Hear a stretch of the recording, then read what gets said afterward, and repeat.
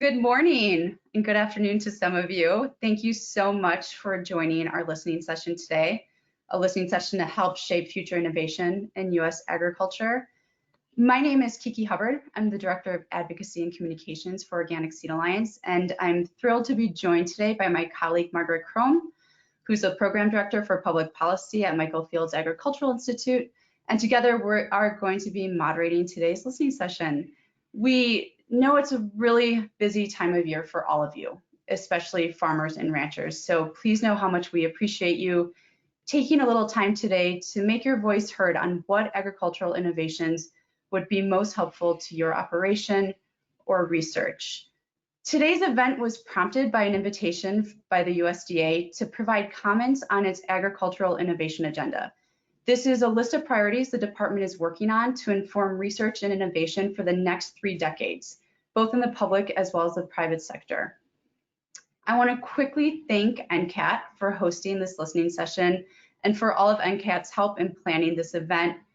I also want to thank our partners at the National Sustainable Agriculture Coalition who also helped with the planning of this event and who will be incorporating your feedback today into formal written comments addressed to the USDA. I also want to acknowledge and thank staff members of the USDA who are joining us for the listening session, staff members who wanted to hear firsthand from the many stakeholders, more than 100 of you, maybe close to 200 at this point, who are joining us today for today's listening session. Now, before we go any further, we want to make sure that everyone joining us by webinar understands how to participate in this listening session. You should see a control panel to the right of your screen, and if you don't, it may be collapsed. So you want to click on the orange arrow to open the control panel. It's going to be really important that you see the questions box, as this is one of the ways we're going to be collecting your comments and questions today as part of the listening session. Just quickly, there are 4 ways to participate today. The first is this questions box that I just mentioned. We want you to type in your comments and questions on the topics we're discussing, as well as topics we're not discussing. We want to treat this as a true listening session, and all of your comments, as I said before, will be used to inform policy comments following the event.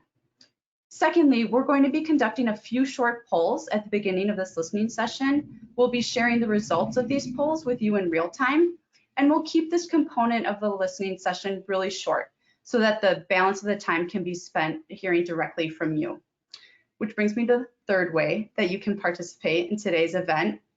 If you have something to say, please click on the raise hand feature on your control panel. There's an arrow pointing to it here on the screen.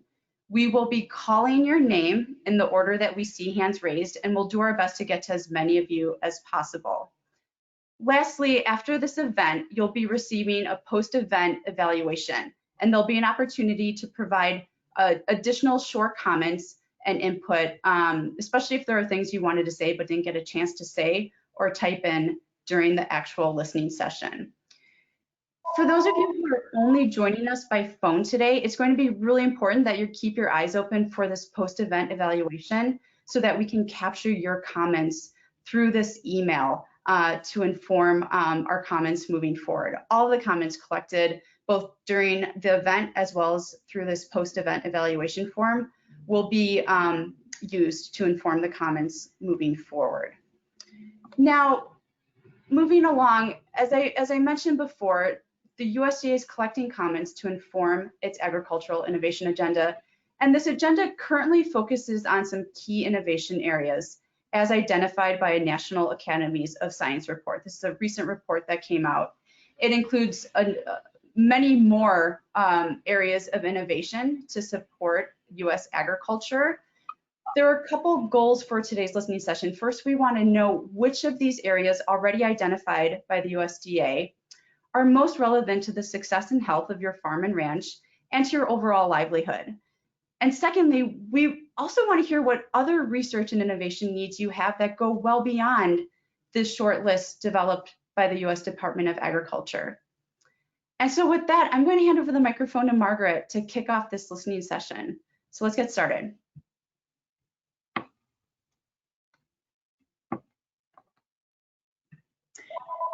So We want to jump right in and start collecting your input on the overarching question that frames today's discussion. I'm really pleased to be able to participate in this. And our first question for you is, what are the biggest challenges and opportunities that you see over the next 10 or 30 years to optimize productivity and resilience, strengthen economic viability, and decrease the environmental impact of our nation's farms and ranches? If you don't mind, remember, as Kiki said, please type your comments into the question box, and we'll just take a minute to start collecting comments before we move on.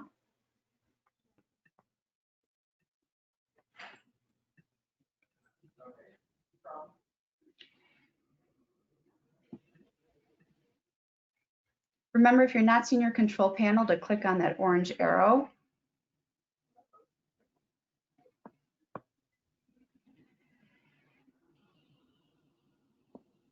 Thank you so much. The comments are coming in. We'll take a little bit more time.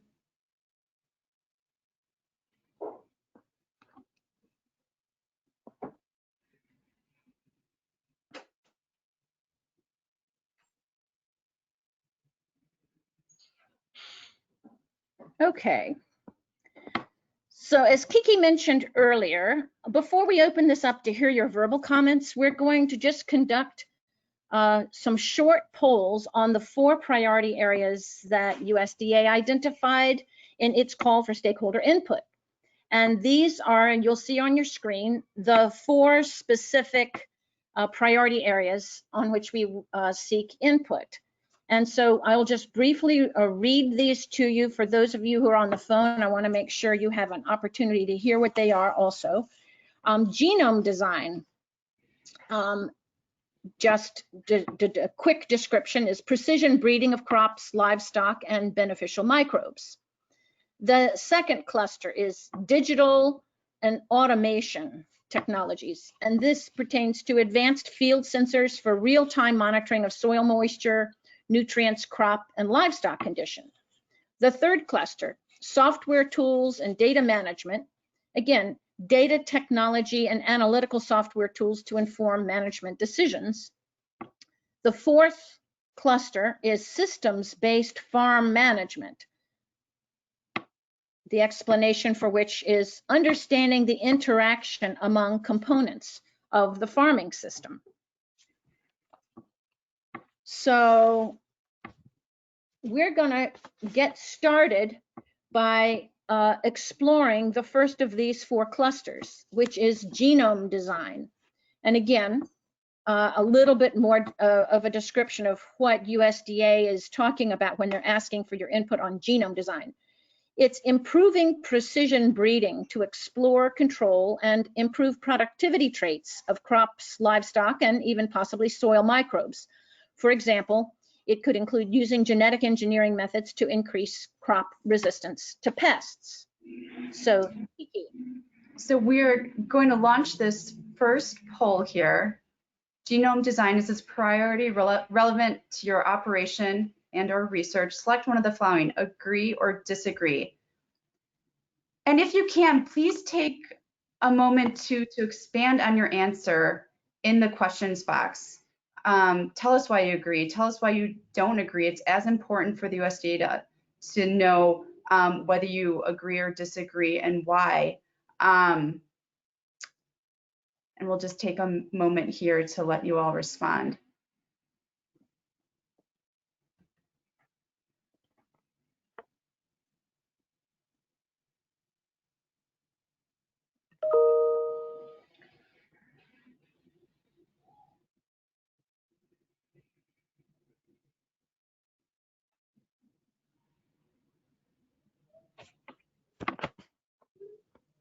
All right, I'm going to close the poll here in a few seconds.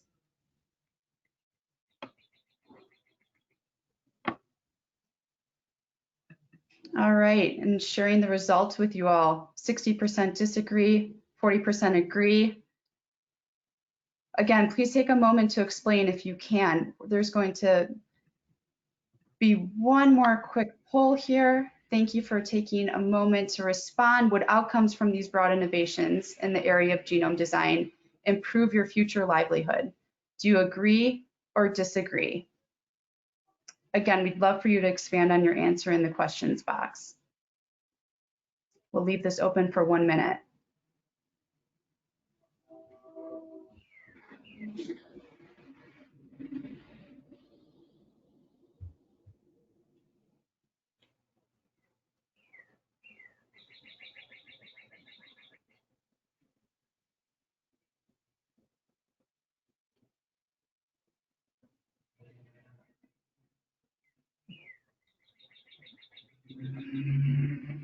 Thank you so much. 10 more seconds.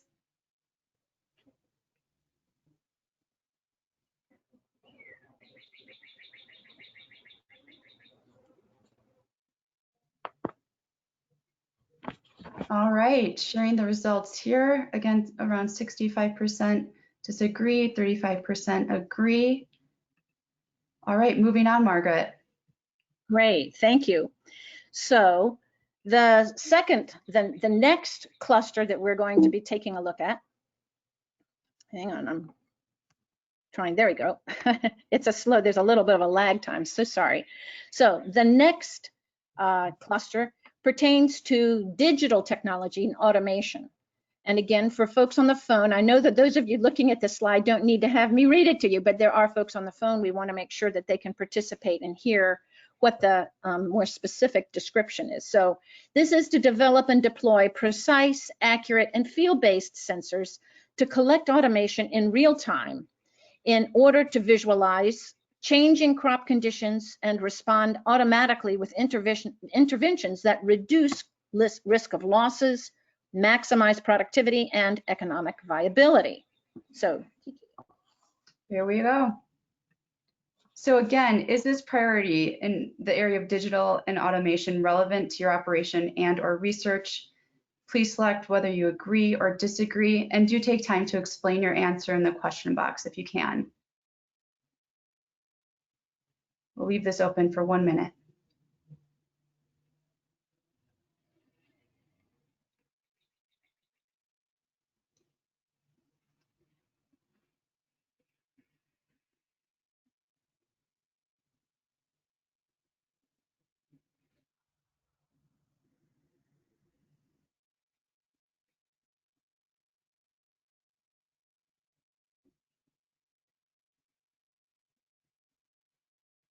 Thank you so much. Keep your responses coming.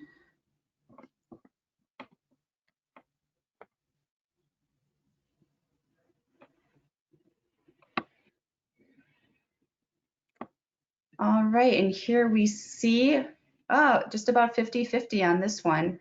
I'm gonna go ahead and launch the second poll. Now, would outcomes from these broad innovations in the area of digital and automation improve your future livelihood? Please select whether you agree or disagree. And again, do expand on your answers if you can in the question box.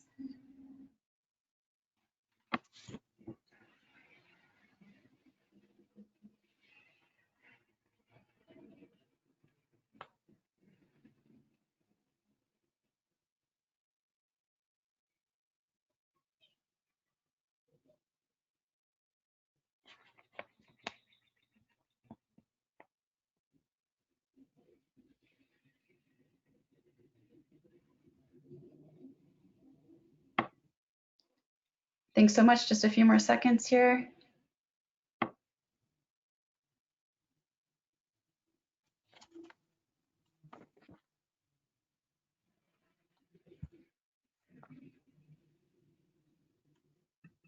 And here we see pretty similar, about 50-50. All right, gonna hide these results and we can move on, Margaret. great. Okay, I'm just going to give it there's a moment of lag here, it seems. So there we did it again. There you go. So we're good. So the third cluster that we're going to look at pertains to software tools and data management. Prescriptive how-to interventions. So this might pertain to applying and integrating data with new software tools that enable advanced analytics for managing your farm and ranch. So Kiki. Launching the poll. Is this priority relevant to your operation and or research in the area of software tools and data management? Please tell us if you agree or disagree.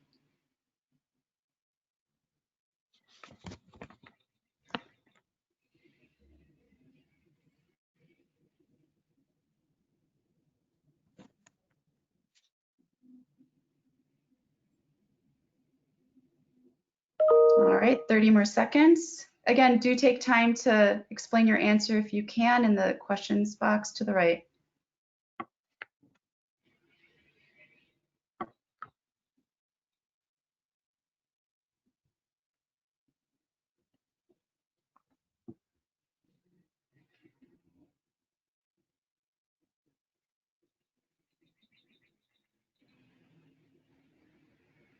And we're going to close this poll, share the results. 61% agree that software tools and data management is a priority relevant to their operation and or research.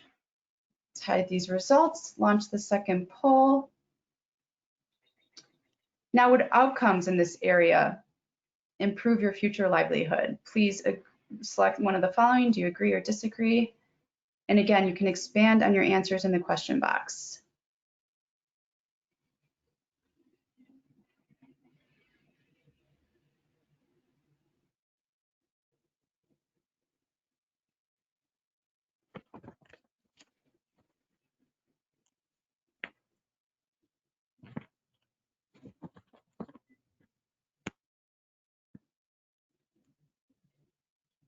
All right, just a few more seconds. Thank you so much for voting, everyone.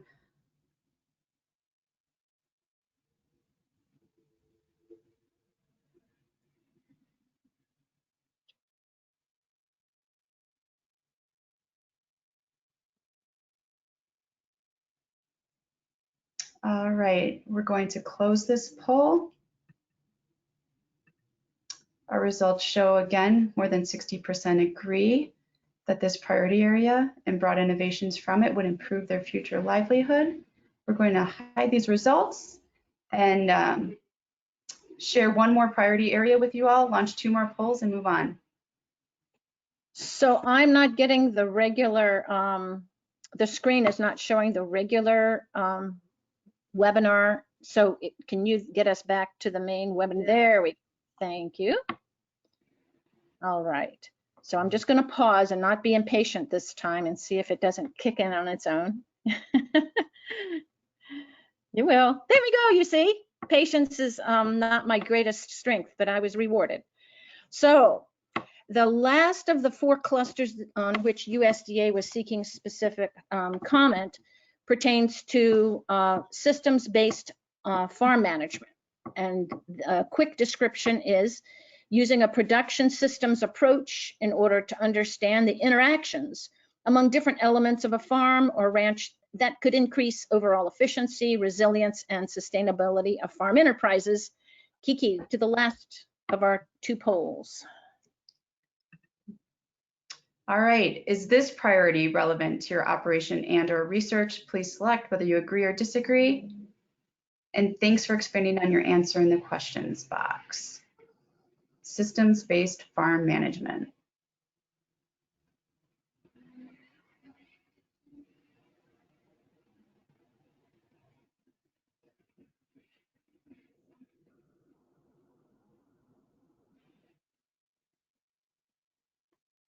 All right, we still have responses coming in, just a few more seconds here.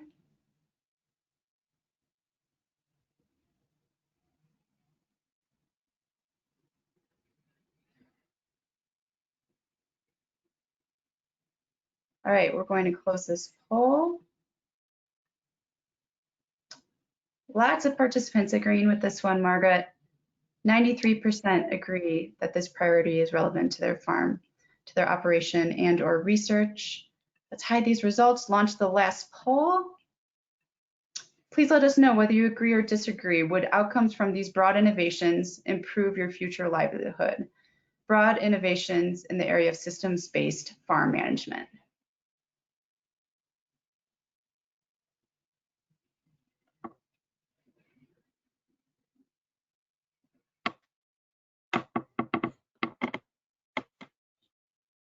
And thanks to everyone who has provided additional comments in the question box. We'll leave this open for about 20 more seconds.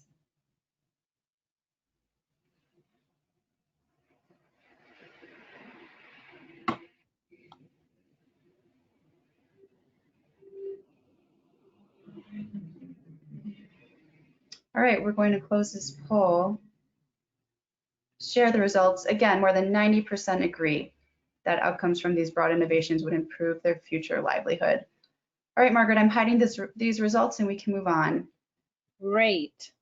Thank you. And thank you to everybody for your participation in the polls. I think that's a really straightforward, helpful way to get started. But it is just getting started. And as Kiki said at the outset, we're keeping this short. We wanted to make those as efficient as possible because we really want to hear from you. And so the remainder of our time is really about giving you a chance to speak. So I'm just going to review a few of the protocols again, hoping that on the left-hand side of the box that you see that has right beside your question box, you'll see a raised hand. And please click that if you're hoping to speak. We are especially today hoping to capture the input from farmers and ranchers. We really are grateful for your taking the extra time when we know that it's the busiest part of your season. So everyone else, we want to hear from you too, but if you would be willing to stand aside just long enough so that if we can hear from farmers and ranchers, we can grab that little bit of time we may have with you and have you speak first, and then we'll ask others to step in. So we're going to just pause long enough for you all to have raised your hand. And also, we recognize those of you on the telephone that this is, a lot of this has been visual. We also want to point out to you that, as Kiki said at the beginning, we are going to have a post-event evaluation, and you'll get that, and you'll be given an opportunity to comment in that as well. So please do. We really want to have your input. So. And Margaret, I'll just mention too for people on the phone, there will also be an email address provided and a direct link to the USDA's public docket where anyone participating can submit comments directly to the USDA. So all that information will also be provided following the event. Great, thanks. So here's your raised hand, the place to click for the raised hand.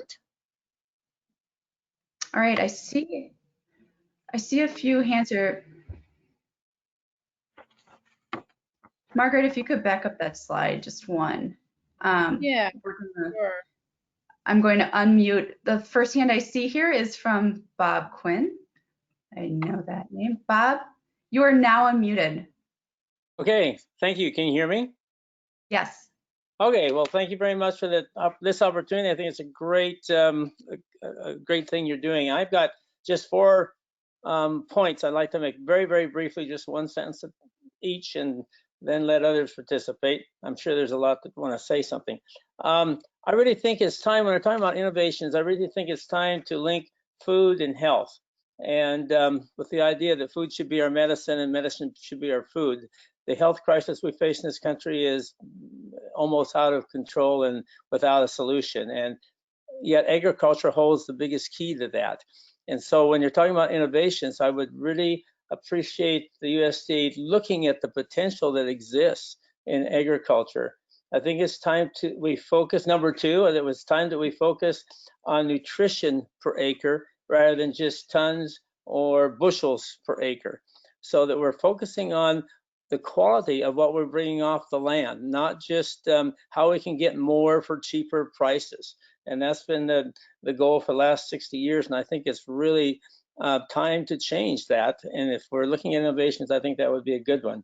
Number 3 would be it's really time to focus on paying farmers and all those involved with growing and processing of food a fair wage. And that goes with the increased value of what they are producing. So if they're producing something that can be used to help cure disease, that ought to be worth more than the bottom line that we get for just commodities. We're not raising commodities on our farm. We don't raise any commodities. We only raise good food to nourish people. And I think the quicker we got back to that idea, the better off will be agriculture in our neighborhood, where half my neighbors have gone out of business because of this commoditization and industrialization of agriculture. This has really destroyed our small towns that depend on those farmers that once supported them. And of course, it's also the industrialization is creating huge problems with pollution. And so the fourth point is it's really time to stop applying poisons as a solution to high productivity in our agriculture. We are not only destroying our farms, we're destroying the small communities I mentioned, but also our planet and our environment. We have Roundup in our rain now. Glyphosate is falling in our rain. It's so overused.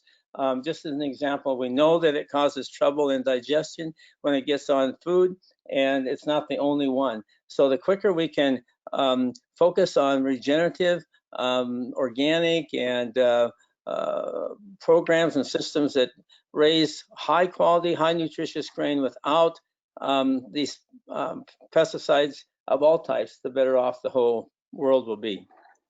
So that's my comments. Thank you so much, Bob. We appreciate it. Next, we will hear from Brennan Washington. Brennan, you should be unmuted. Hello. One of the things I would like to see USDA take notice of is that with their, albeit late, but their new focus on urban agriculture is to make sure that they are really getting a good perspective on what urban ag is. You know, I'm not too happy that's been placed under NRCS, but it is what it is for those of us who've been working with urban ag and trying to get urban ag advanced for the last 10 years, 20 years. And also that they, through their programs, are not only encouraging the growth of urban agriculture, but also encouraging the connection between urban and rural, so that we're just not going to plow a bunch of money into urban ag operations, but we're also going to plow money into making sure that they're connecting with rural farmers and sort of helping to bridge that urban rural divide. So yeah. Thank you so much, Brennan. We really appreciate your comment. Kiki, this is Yes. Margaret. Say we have a request among the many comments we've gotten. Could we ask people to identify themselves? Are they a farmer or a rancher, just as they are speaking? So That's a great idea. Next, we will hear from Jean Schriefer. Jean, if you don't mind introducing yourself and letting us know if you're a farmer or rancher. Thank you. Good afternoon, Kiki and Margaret. I am a rancher farmer, I guess, as well as an educator. And my comment, I'd like to support the first commenter, Bill. I thought he was spot on with many of his comments.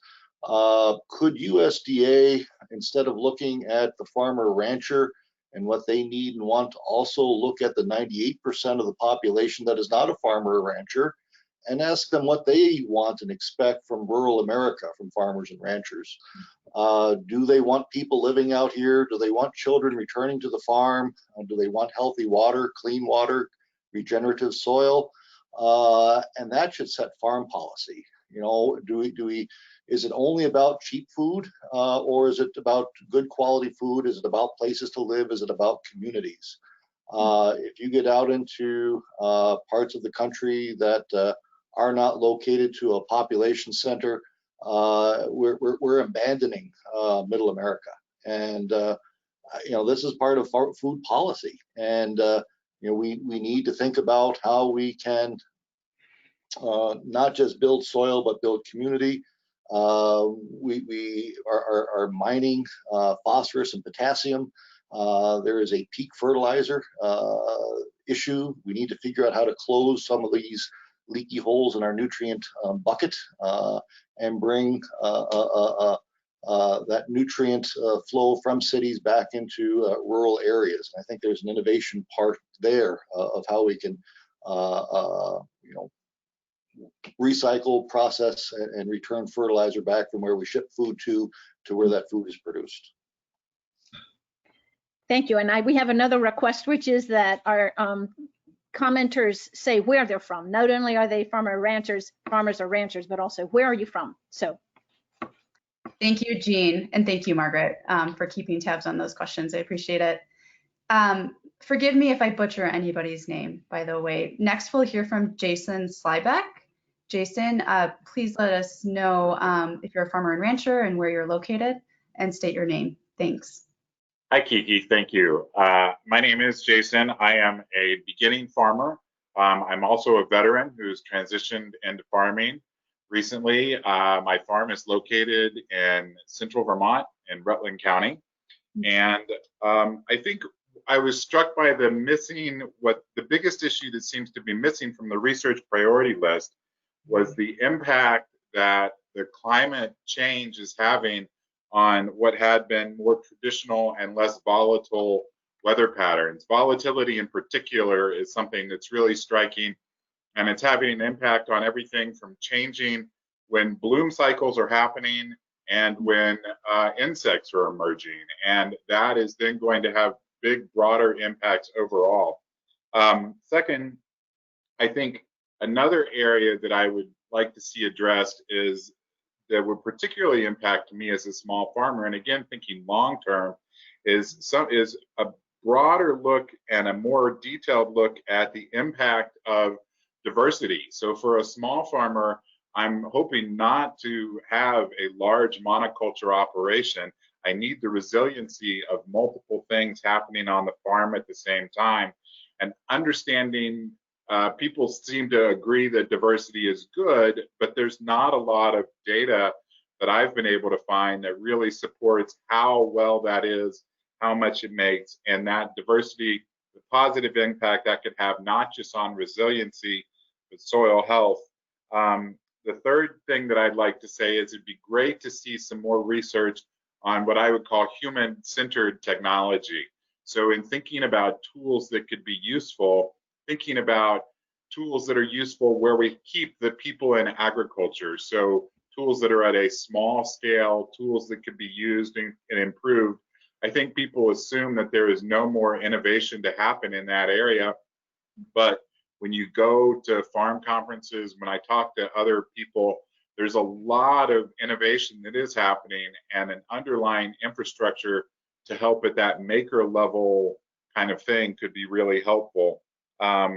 And yeah, I think, and then I think, I'm sorry if I said this again, but I do agree with Bob that that intersection between food and health and how that plays together would be another broad area that would be useful, I think, at a small scale rather than just at a large scale. I was struck that many of those priorities that were outlined and how they were discussed did not feel very relevant to where I see myself in the next 10 or 20 years, because I felt like that they were missing kind of the big issues and focused on a large operation where, like, modifying, engineering a genome is the approach taken rather than appreciating the complexity of the millions of years of genomic change and diversity that evolution has already created. So that's my thoughts. Thank you.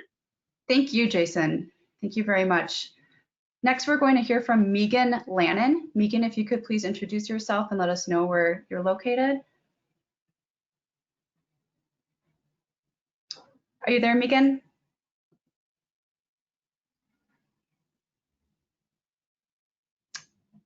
I'm not here. You should be unmuted, Megan. If we'll just wait a few more seconds here.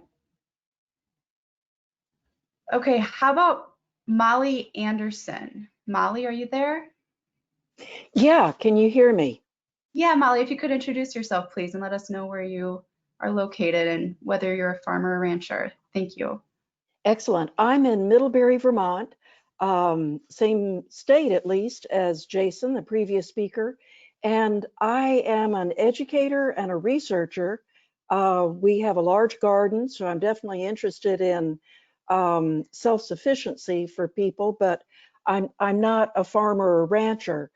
I want to say, first of all, that it's incredibly discouraging that this set of innovations is the best that USDA can come up with. These are the kinds of technologies that we would expect the World Economic Forum to be promoting. And in fact, they do promote these things. But USDA is a public agency, and its research and development should be focused on the public good. We really don't need to be emphasizing productivity. And we know that if we do emphasize productivity instead of environmental benefits, livelihoods, other things, that those other benefits, co-benefits of food systems will suffer. We're already growing too much in this country and not paying farmers nearly enough for high quality food that they're producing. The other comments were great. I agree with virtually everything that people have said, but I want to add just a few things that haven't come up yet. Control over these technologies is critical, because without intentional control, they're going to lead to greater concentration in the food system and more control by a small group of agribusiness, a small group of actors and venture capitalists and others. We need an office to assess technologies before they're released and before they're developed with public funds. A political economy approach to that assessment is essential, figuring out who is benefiting and who is being hurt by technology innovation. I think Jean had mentioned the withering away of middle America. That's who's being hurt by the path that USDA has taken. We should be looking at social innovations and how these can be encouraged to support healthy communities, not just these high-tech innovations. And to the extent that we're looking at technology, we should be looking at appropriate technology for small and mid-scale farms and other enterprises. I agree completely with Jason's comment here, and there are tons of things available in Asia and in Europe for small and mid-scale farms that do not get over here for US farmers.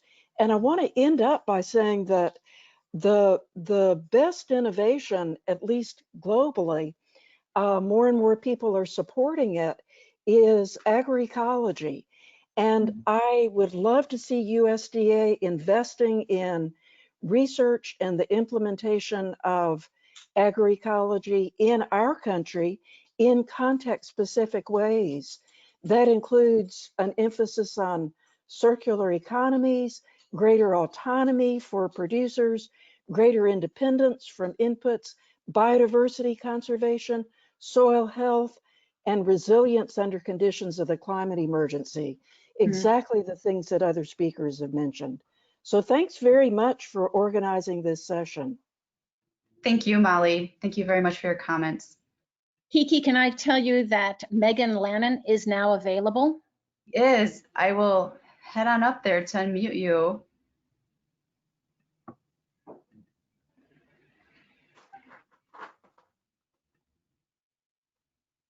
I'm trying to, oh, wait. Oh, excuse me, there we go. Are you there, Megan? Hello? Maybe.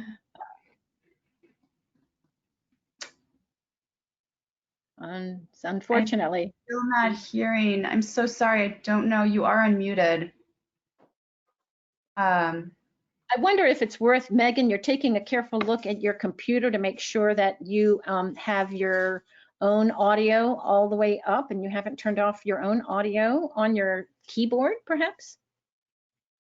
And also, just a reminder, anyone is welcome to be typing in additional comments and questions at this time in the question box, especially if you'd rather not speak. I'm going to move on to another hand I see, Margaret. Good idea. Weston Thorne, please introduce yourself and where you're located and whether you're a farmer or rancher. Well, you know those, Kiki. I do. My name is Wes Henthorne. I'm a rancher in Big Timber, Montana, and our business is the sale of organic, grass-fed, grass-finished beef. and things have exploded. I guess the thing that troubles me the most about the clusters that we've discussed earlier is that all the focus seems to be on efficiency and very little on resilience. And we've seen the effects of creating highly efficient food systems that have no resilience in the last few months. Some of us have worked for a long time on having a very secure and resilient supply chain. And frankly, we're doing really well in the current health problems that we're experiencing as a country. I wish we weren't. I wish we had a more localized and resilient food production system, and there was a lot less emphasis on constantly increasing yields without thinking about costs and what happens if there is a problem. Also, you know, I think it was great that Bob Quinn led off with all 4 of his points, and I'm, you know, in agreement with those, and like what pretty much everybody is saying, that we need to consider society and health, as well as, you know, how many units per acre we can generate. Yeah. Thank you, Wes. You want to say something, Margaret? I wanted to check in with you on time, just make sure that we gave people a chance to look at the other priorities that were out of the National Academy, so we don't let the clock run out without people having had a chance. I'm hearing several people speak to the question of the other priorities. Go ahead and go to the next slide. And as you're doing that, Margaret, I will let people know that this listening session will be open for a full hour and a half. So until 12:30 here in Montana Mountain Time, which will be 2:30 East Coast time. Anyone who wants to stay on and ask questions for the duration of that time, please do so. I just wanted you all to know that there is 45 minutes left in this listening session. Go ahead, Margaret. Okay, I just wanted to, I thought it might be useful to expand the scope of the conversation, since people are continuing to have really excellent comments, and maybe we want to make sure that that they also understand that we have these other areas to which they could direct their comments. Yes. So maybe I'll speak them out loud for those on the phone so that others know that what the questions are. So one of the, we've seen the 4 clusters that the USDA has chosen to seek specific feedback on, but there were other clusters and other priorities identified by the National Academies of Science, and they are as follows: crop production and crop genetics, livestock production and livestock genetics, soil conservation and soil health, water use efficiency and productivity, marketing and farm economic viability, resilience to climate change and other stresses. And there may be others that you want to speak to, and already some of you have, but we do want to make sure that you understand that in addition to commenting on USDA's specific clusters, that there are these others that you may wish to also comment upon. Thank you, Margaret. Next up, we'd like to hear from Bonita Martin. Bonita, you should be unmuted.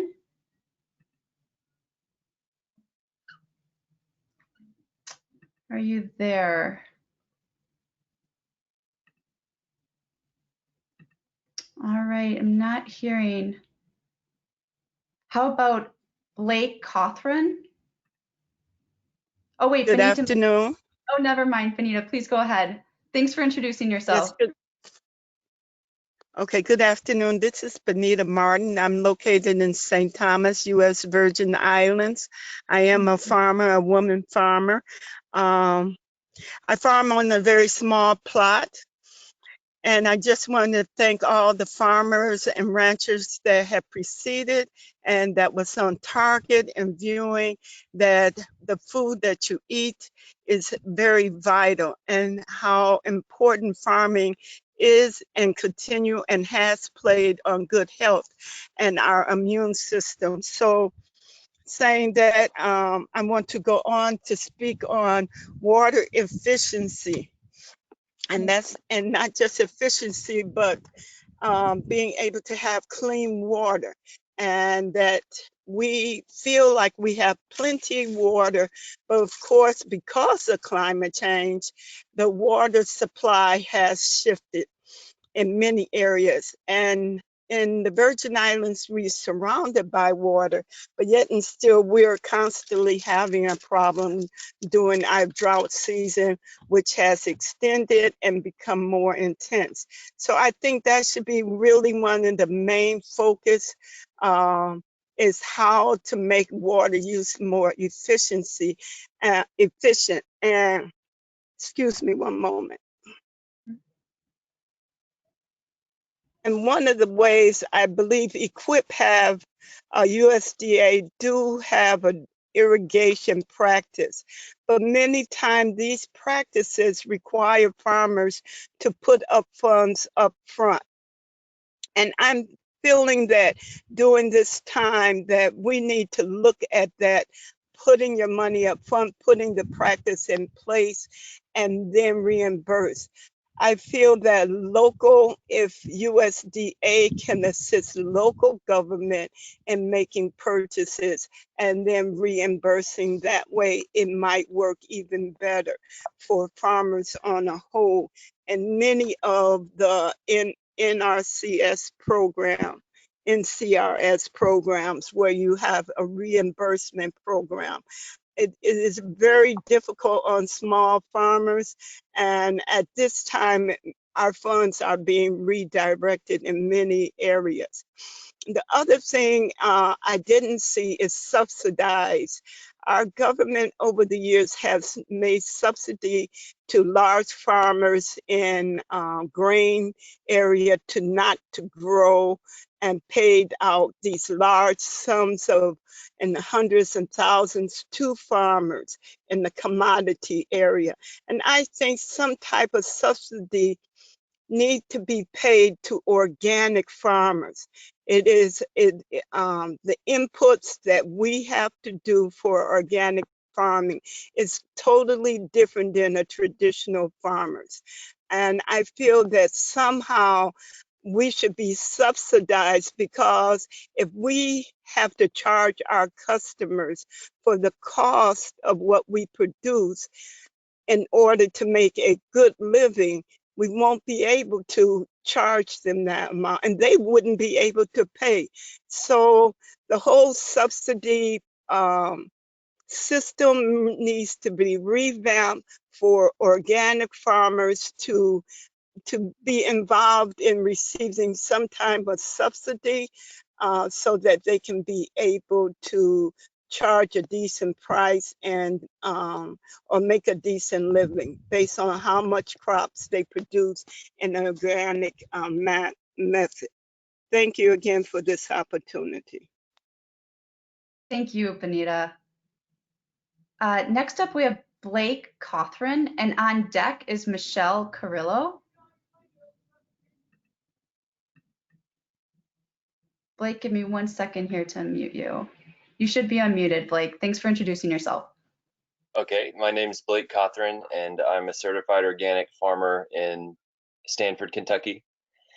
And we specifically produce organic vegetables and also organic nursery stock plants and fruit trees and orchard crops like that. And one thing that's come to my attention is that we're really needing expanded breeding programs. And that was, a major point here, but really focusing not on genetic engineering, but using traditional breeding techniques to develop crops that are better, that have better disease resistance, that are more resilient against adverse conditions, that are late blooming, including developing fruit cultivars that are late blooming. And this year we saw in many areas of the country, including here, that we had this double freeze happen in the spring. And I talked to a lot of local growers, and they just completely lost all of their crops as far as tree fruits go. There's a local orchard. They have no apples, no pears, no peaches this year. Another grower lost 40-year-old pecan trees and all sorts of other trees. We lost a number of trees, a few $1,000s worth of trees that we had to cut down that just could not sustain this type of thing. And one thing that we did on a small scale was we tested out doing some misters that would put out a fine mist on the trees that would actually freeze the blooms and buds and protect them from the frost, and this actually worked. And so another thing that's needed is some education and studies and resources for helping farmers understand how to protect their crops that they have. It's going to be a lot cheaper in the long run to empower farmers and growers to protect their crops and then get a yield rather than the insurance or subsidies paying them out for the crops that they lost and that did not increase the local food supply or the food supply of the country. So things such as misting systems, row covers, heaters, high tunnels, etc. These kind of things I think are going to need to be expanded, and a lot of studies are going to need to be done on how to implement these and how to encourage small farmers to utilize these things to protect their crops from adverse conditions, especially being aggravated by climate change, as well as the traditional breeding programs to breed more resiliency and disease resistant, insect resistance into crops. And a lot of that's going to be looking back into the past and utilizing some older varieties for those breeding programs that are more resilient, not just focusing on yield or size of the crop, but actual resiliency of the plant and its ability to handle fluctuating conditions. Thank you so much, Blake. Very much appreciate your comments. Next up, we'll hear from Michelle, and after Michelle Carrillo, we'll hear from John McNamara.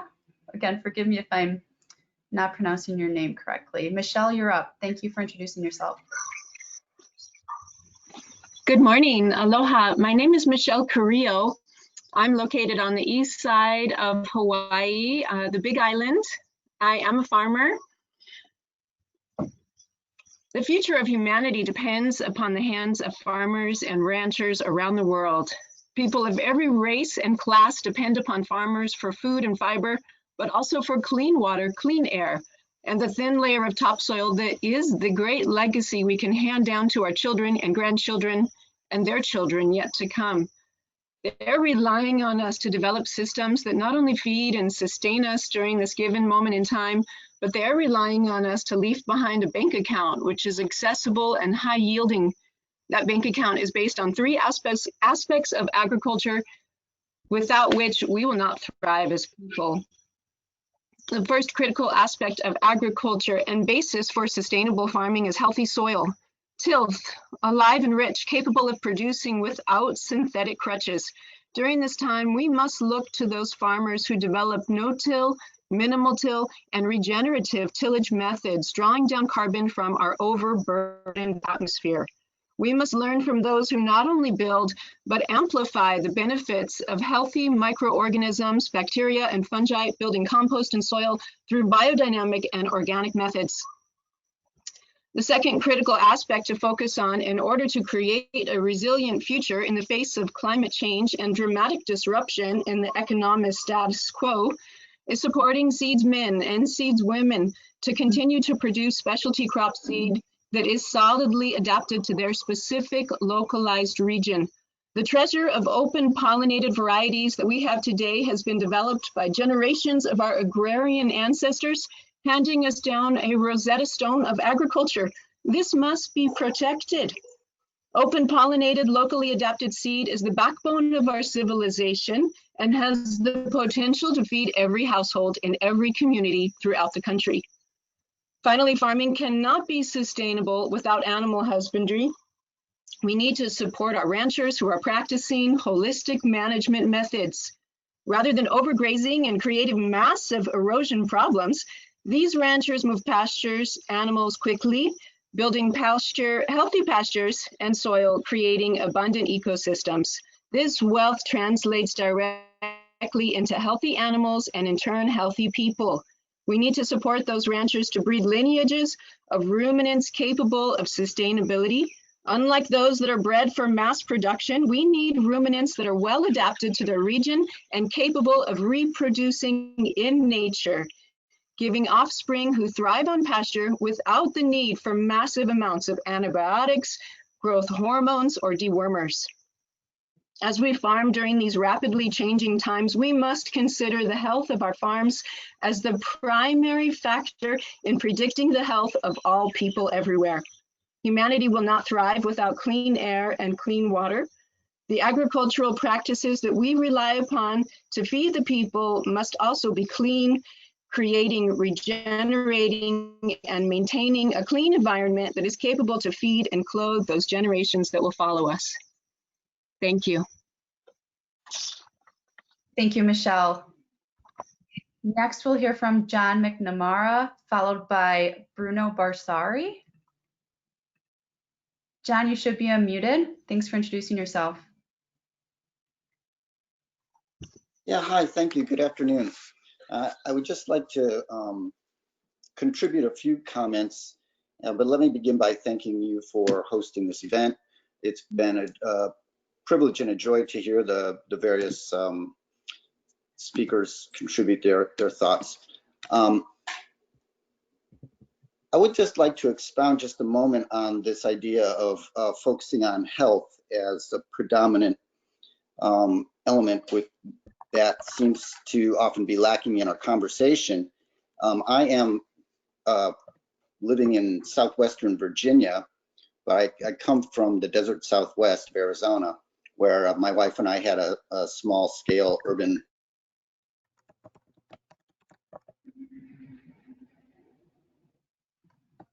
John, are you there? Oh, I am here. Can you not hear me? Yeah, we can hear you. Okay. Did something happen? There was a brief hiatus. There was a brief period of silence in the middle of a sentence, and it left us wondering. Oh no, I just sometimes. You said you were from. Why don't you reclaim what your thought was after? Okay, it could be a connection problem too. I am living in southwestern Virginia, but I'm from Tucson, Arizona originally, where my wife and I had a small community-supported agriculture farm. And I always thought that one of our primary things that we were growing was community. And we were more as much focused on the social element of farming as we were on food production. Can you still hear me? Yes. So in Virginia now, I have really shifted my focus, and I'm going into the field of social work to really continue growing people. So that's, I think, something that can't be overlooked when we talk about the current issues of the world, focusing on health. We need to look at social health, social determinants of health, and with all of the current political and social issues that are cropping up before us, and we can see the disproportionate death rates from the COVID in our minority populations, who are often, at the mercy of food deserts and other means of oppression that have left them more fragile and with other health issues. I think that we can continue to embrace this idea of bringing the other more non-tangible benefits of farming back into the conversation. So thank you so much. Thank you, John. So I have 3 additional people on deck. After those 3 people speak, let's open it up to anyone else on this call, even if you're not a farmer or rancher, to provide some comments. Next up, we have Bruno Barsari, followed by Robert Foucher and Robert Betcher. And then again, we'd love to open it up to anyone else on the call who would like to speak. So Bruno, give me 1 second here. You should be unmuted, Bruno. Go ahead. Hello? Hello, we can hear you. Oh, thank you. Thank you, Kiki. Thank you so much for this program and for organizing all this.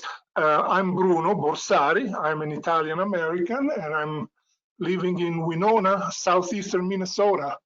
I am a former educator and, let's say, a passionate urban gardener, I think that I would like to see the USDA taking really a leadership position in trying to become a very multifunctional, multidisciplinary arm of the government of our great country. Because as many people have said, there are so many implications, food and nutrition, food and community, food and developing a way to sustain the health of the soil. I think that a keystone component of all this connectivity that the USDA should establish is also with education. I'm a product of the College of Education. In the 1980s, of course, before agroecology became a better established science, which I support very much. But I think that, for example, the directives and the support that the USDA has been providing to American colleges and universities, I'm talking especially the land grant institutions, have always been pretty linear, like increasing productivity, increasing automation and efficiency. But this has come at a cost that is absolutely unsustainable. And I'm talking especially about the human loss in our rural landscape. Why, for example, the USDA cannot be more supportive of reestablishing kitchens in our schools? Everything starts from there.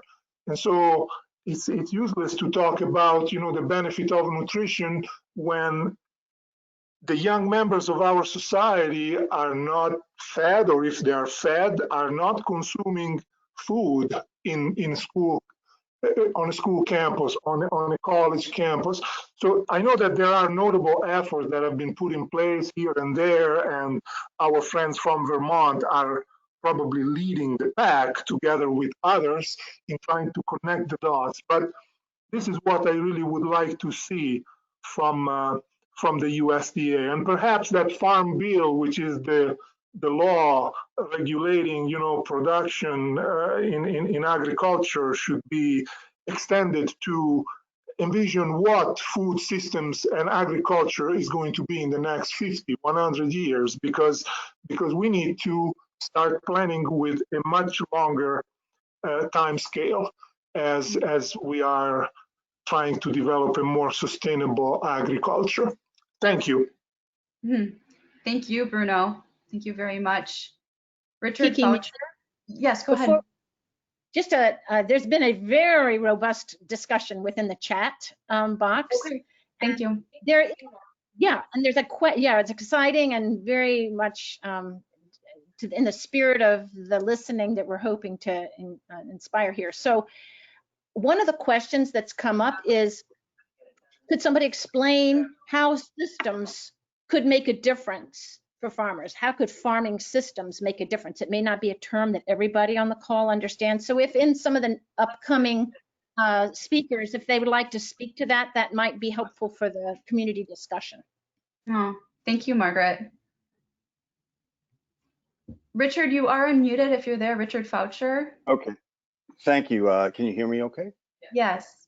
Okay, my name is Richard Foucher. I was a young farmer from the age of 7 when I was growing up in Maine and New Hampshire, and it was mostly subsistence farming. So it was what people, I guess, today call whole diet farming. So that is the business model that I am here in Northern Virginia, up in the Northern Shenandoah building. I'm a veteran, went to college, 31 years in the service in both active and reserve, and I'm telling you about the experience because this has I'll go back to it as I address the subject of hemp and also meat processing.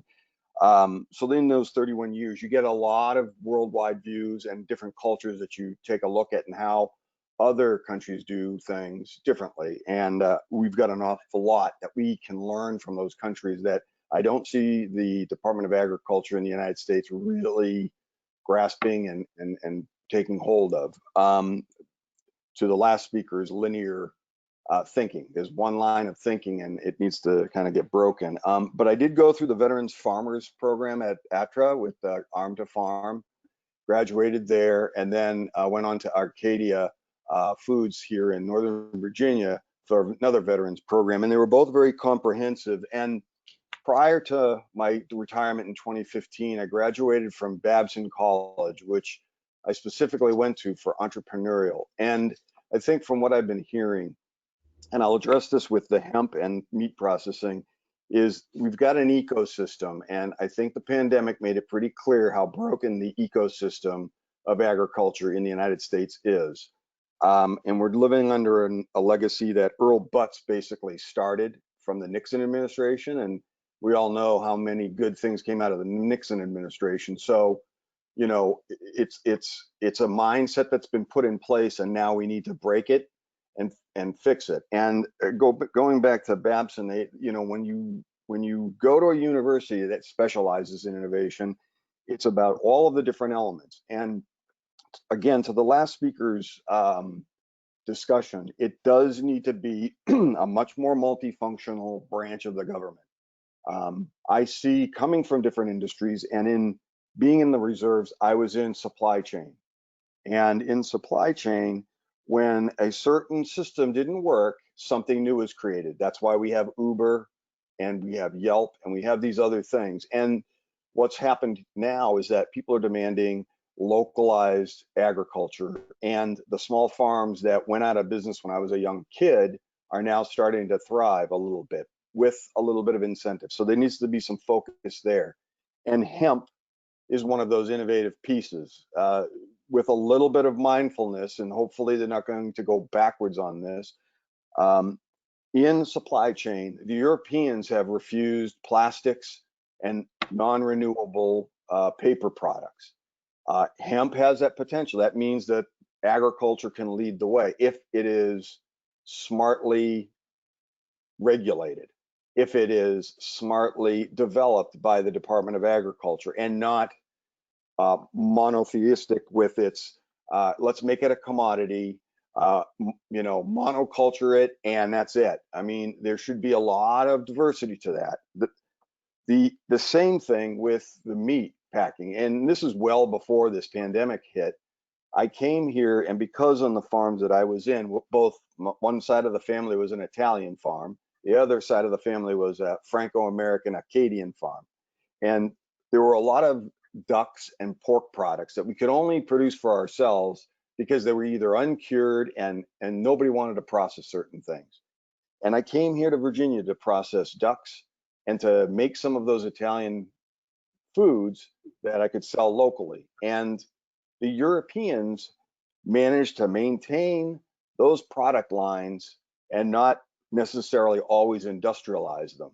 And after going through an agroforestry program at the University of Missouri this last summer and listening to the speakers talk about how they were going to industrialize prosciutto because they did a chemical analysis of what makes that kind of a ham taste great, I just thought to myself, this is the mindset that needs to get snapped in half and kind of, you know, merged with the traditional methods and in a much smarter way. And so what I would ask here is, A, pay attention to what you can do and how you can drive both, not just the agriculture, but the packaging industry, the plastics industry, the cement industry with hemp.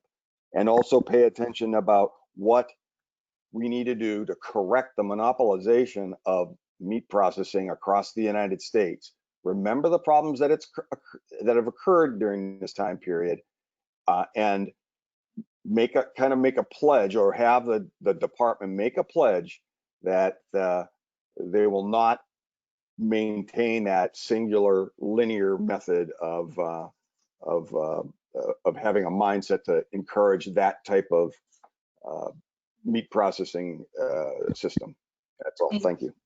Thank you, Richard. So next we'll hear from Robert Betcher, followed by Sarah Dachos or Dacos. Again, excuse me if I'm mispronouncing your name. Robert, I am unmuting you. Are you there, Yeah. Robert? Can you hear me, Kiki? Yeah, hi, Robert. Nice to Can hear you your hear me? voice. Yeah, can you introduce yourself, please? It's been a while since I've seen either you or Margaret. But anyway, one of the things that we need to do is get somebody in charge of USDA that knows about agriculture. It appears that so many people get put into that position and don't have a clue. Many years ago, and I've lost track of how many years ago, and I'm sure you and Kiki and Margaret know Kim Laval. She put together a group of us to go to Denver to meet with the ARS out of USDA because to start out with, so many of us, and Bob Quinn will agree with this, we were doing all of our own experimenting in doing organic, and it was really, really difficult. And so we went down there to try and push ARS into doing some research in organic farming. And to be honest, I don't know where that went. We did encourage them to do some research, and I don't know where it went. But there's so many things happening now that we should be aware of, and I think it would be good if the two of you could put together a group or a listing of all of the resources that people could utilize in doing a lot of systems stuff.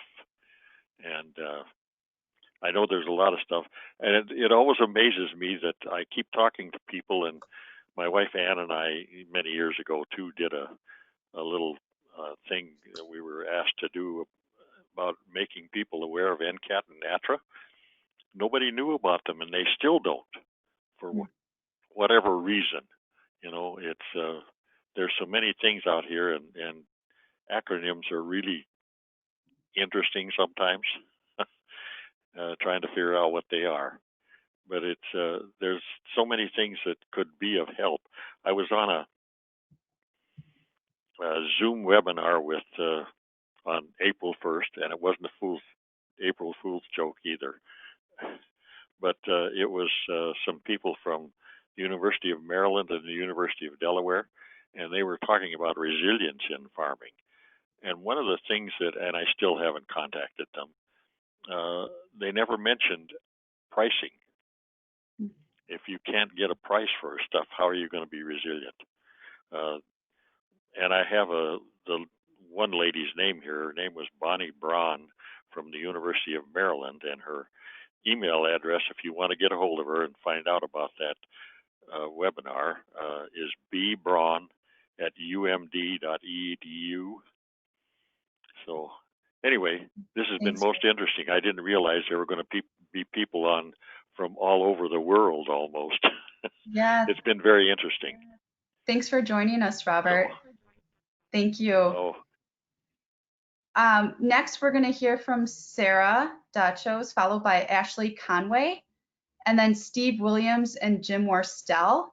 And since we're running up close toward the end of our time, if you could try to leave your comments, make your comments in 3 minutes or less, that would be great. Thanks so much. Sarah, please introduce yourself.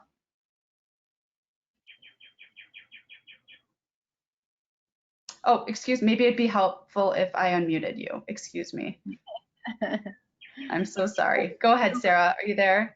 I don't actually have a question. I think I was just screwing around with the side things. I couldn't see the chat box. I still can't see the chat box. And so maybe you could, that's fine. I'll just get it on the recording, but that's why I probably pressed the hand raise. Okay. Sorry about that, Sarah. Maybe someone could type in some, well, if she can't see the question box, if you see an orange arrow next to box, I just can't see anything typed in there. But a listening session to help shape U.S. agriculture innovation. After that, there's nothing. I'm so sorry. I'd like to suggest that perhaps some of our technical support with the National Center for Appropriate Technology, you want to take this one on? That'd be great. Maybe you could type, since you can see the chat box, you could type instructions for the question box. I will just jump on and just say that there is not a chat box available, and that there is only the question box and you don't see all the questions that everyone else is submitting. And I think that's what people have been asking. So I just wanted to make that known, that what we see is your questions coming in, but they do not see all the questions coming in. Okay, thanks for that clarification. Ashley Conway, are you there? You're unmuted. Yes, can you hear me? Yes. Wonderful. Hello, everybody. My name is Dr. Ashley Conway. My family farms, but I am actually a researcher at the University of Missouri with the Center for Agroforestry. My primary focus is silvopasture, but really what I wanted to do is emphasize, I was pleased to see the positive response with systems-based research, because that is really what I do and what a lot of people do in the group that I work with. And I wanted to speak very briefly about just a couple of comments, and I know I've dropped this in the chat box, but I also wanted to talk about it here. The emphasis of efficiency in systems-based research. I'd like to maybe add a little more nuance to that and say, I really think the goal is optimization rather than efficiency. We can think about efficiency more specifically in very specialized systems, but when we're looking at the overall system and all the interactions, it's possible that one or more components of the system might actually have a loss of efficiency, but the overall productivity and benefits of the system are improved. So I wanted to just add that and really encourage changing the language a little bit to move away from efficiency and more towards optimization. To that, I think I'll talk very briefly about the question that came up in the chat box that Margaret brought up. The applicability of systems research, as I see it for producers, really looks at the interactions between all of these interconnected components. So for instance, if you look on the screen, we see crop production, livestock production, soil conservation, water use, and marketing. When I design research projects, I'm looking at a project that will look at questions for all of these things simultaneously. If I do one thing to the system, how is it changing soil health and water productivity? If I change the way I manage my cattle and graze my cattle, what's that doing to soil? What's that doing to pollinators in the system? What's that going to do to the marketability of the product down the line? And really, you know, when I seek funding to design these research projects, I want to answer applied questions that livestock producers have for me and will help solve their problems.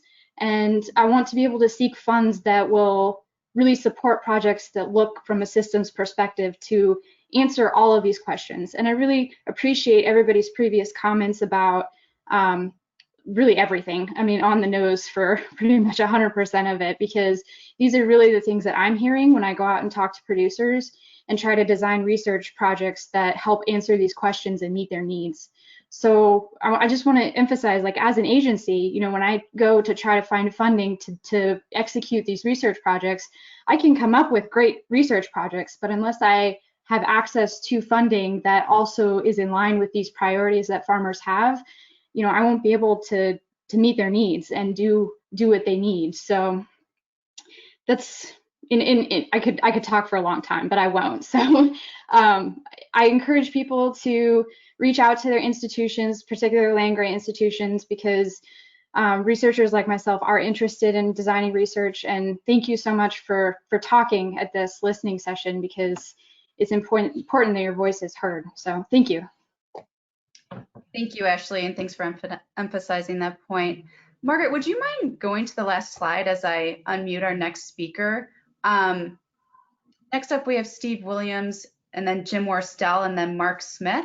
You three on deck. I just wanted to quickly cover this content before we hear from our last few speakers or commenters.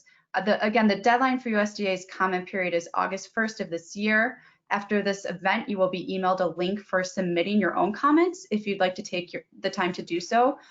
Submit your own comments directly to the USDA through their public docket with some instructions.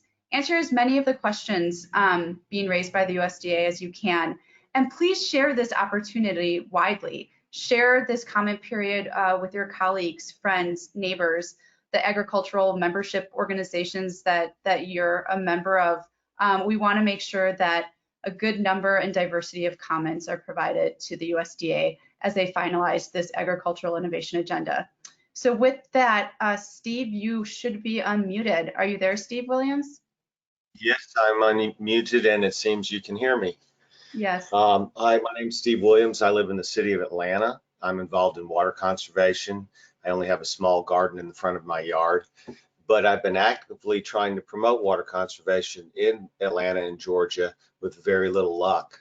The NRCS has some programs, but not much. The city of Atlanta has a whole urban ag, but they don't seem very interested in promoting water conservation. It's just been very disappointing and frustrating. 10 years or so ago, we had a major drought. It was at the beginning of the urban ag movement, so I don't think people were affected very much, but the landscaping industry was decimated. Many of them lost their businesses, $2 billion hit to the industry, and then it started raining again and we've had plentiful water. I'm trying to get people more interested in alternative water sources such as rainwater harvesting, which is a great clean source of water, but very little interest. So that's why I joined, just to put my 2 cents in and to see what was being talked about. I see water is brought up and hopefully the USDA will take advantage of some of the technologies there as well. And I appreciate the time. Thank you. Thank you, Steve. Jim Worstel, you're unmuted, and next up is Mark Smith, followed by Marty Mesh. Okay, am I on? Yeah, Jim, we can hear you. Okay, great. I really liked what the lady from University of Missouri on silvopasture had to say about systems. My family grows grass-fed beef and direct markets it in Missouri, Mexico, south of Mexico, Missouri. And we got to know agronomy, we got to know seeds, we got to know soils, we got to know animal science and how they all fit together. But the most important concept in systems is emergence, because there are qualities that emerge from all these things interacting that you wouldn't expect from the individual subsystems that create the larger system. And other people have talked about the importance of management intensive grazing to carbon sequestration, and probably silvopasture is the best way of sequestering carbon. So I'd really support any research in the area that the University of Missouri researcher was looking at. What people haven't raised yet is the problem of CAFOs, of confined animal feeding operations, all the methane that they produce, all the liquid manure that's producing all sorts of greenhouse gases that are just horrible for our planet. And if you live out anywhere in West Texas, in the Panhandle, or in Iowa, you will totally be blown away by the smell there. You get, I guess they get used to it living up there, but it's just horrible for quality of life. It's horrible for the environment. It's horrible for climate change, and management intensive grazing is what we ought to move to get away from CAFOs. So anyway, I'll shut up and let other people talk. Thank you, Jim. Thanks so much for your comments. Is there a Mark Smith on the line? I don't see an option of unmuting you, Mark, so I'm not sure how you're joining the event today. Mark Smith, if you want to try to speak, we'll see if we can hear you. I'm not sure. Marty Mesh, I'm unmuting you, and then I do see one other hand, Marty, after you. All right, I'll be quick. Thanks, Marty. So, all the commenters have been excellent. And so everything I've thought about saying was either said before or after, but was articulated, much better than I could do it. And so from Bob all the way to the lady in Hawaii, I mean, there's been so many impressive people that hit the nail on the head.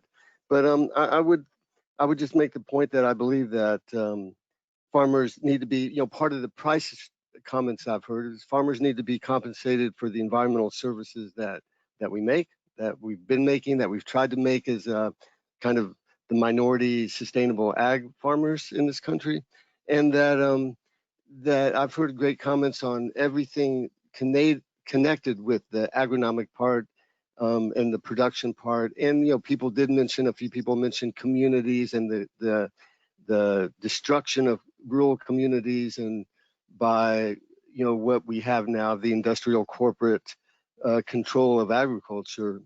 And so I just wanted to reiterate, for me, besides the environmental services that I believe I owe to make to my land for the next generation, if my kids want to farm or my grandkids want to farm, I believe that we need to be more sensitive to the social components, because we all relate to the environment, but we don't. The destruction of community and civil discourse, and caring for people that work for you, and caring for the people that are going to be your customers, and then the people upstream caring about farmers, and are we receiving a fair price, and are we receiving an adequate price to pay a living wage to the people working on the farm. So I just encourage us to be more sensitive to looking at how we meet social criteria, develop social criteria, and support farmers that are implementing those types of social steps. Thanks. Yeah, thank you, Marty. All right, we have one more hand raised. We'll take the last minute to hear from Williams, WMK Williams, I'm seeing here. So you are unmuted. Can you introduce yourself?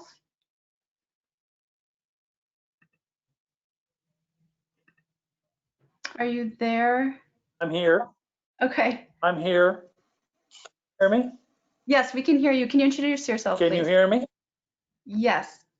Oh, I'm Mike Williams. I'm a 3+ decade independent agronomist working out of Nebraska and surrounding states. For the first 25 years, I worked with conventional farming. Seeing the high chemical use and corporate control of seed development, I flipped over to the organic producers. We are profitable, particularly when we use 4 and 5 rotational crops. We are saving the soil, improving the soil. We're using natural fertilizers versus feeding the corporate source of those things. And I believe that we're healthier because we have nutrient-dense foods. So I work with row crops and vegetable producers in the organic side. We are a dynamic, growing industry. We currently serve about 65% of the domestic demand for organic. So there is room for expansion. 2 sources of good organic information and support would be the Moses Conference up in La Crosse, Wisconsin every late winter. And the other place that you would go to get some good practical farming is actually the Practical Farmers of Iowa. It is both conventional and organic, and it focuses on small farms. When we have a meeting, there's about 1,000 of us that show up, and it's from multiple states. So those are some resources that some of the participants today could take a look at. And even though you may be far away, there's a lot of things going on right now with remote sensing and feeding good information on farms, where they actually go out on farms and take a look at what they're doing for local controlled research that's going on. I noticed over the last 40 to 50 years, the funding for organic research is dropping. The amounts of dollars is decreasing. And the money that goes into our land grants is all from corporate America. I mean, they control what they want to have come out of those institutions. And to be honest, it is focused on their profitability, not on sustainability, not on quality, not on nutritional values that we believe in the non-conventional and organic world of production. I'm very comfortable listening to basically everything that I've heard over the last hour and a half. I commend you. And I hope that we have some additional opportunities to have a pool of information shared like we've heard today. Thank you. Thank you, Mike. And thank you to everyone who joined us today. We're so grateful for everybody's thoughtful comments. Again, please be looking for that evaluation immediately after the webinar ends. You'll also be receiving additional information through a follow-up email about this specific public comment opportunity with USDA. So Margaret, do you want to say anything before we let everyone go? Yeah, first of all, of course, thank you. I am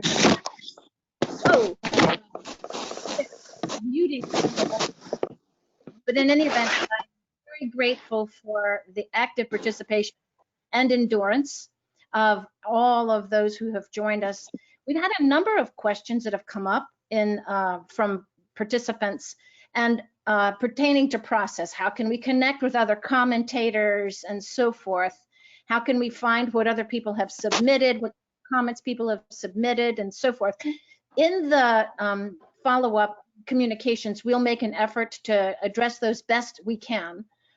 Meantime, you all really did a spectacular job of demonstrating the power of good democratic engagement. Thank you so much. And I will again say, you know, I'm so impressed with the Organic Seed Alliance, with National Center for Appropriate Technology and the National Sustainable Ag Coalition, who did the heavy lifting and just asked me to join in as facilitator. I got the easy job. Thank you so much, Margaret. It was so wonderful to have you. Thanks, everyone. Please be in touch if you have any questions.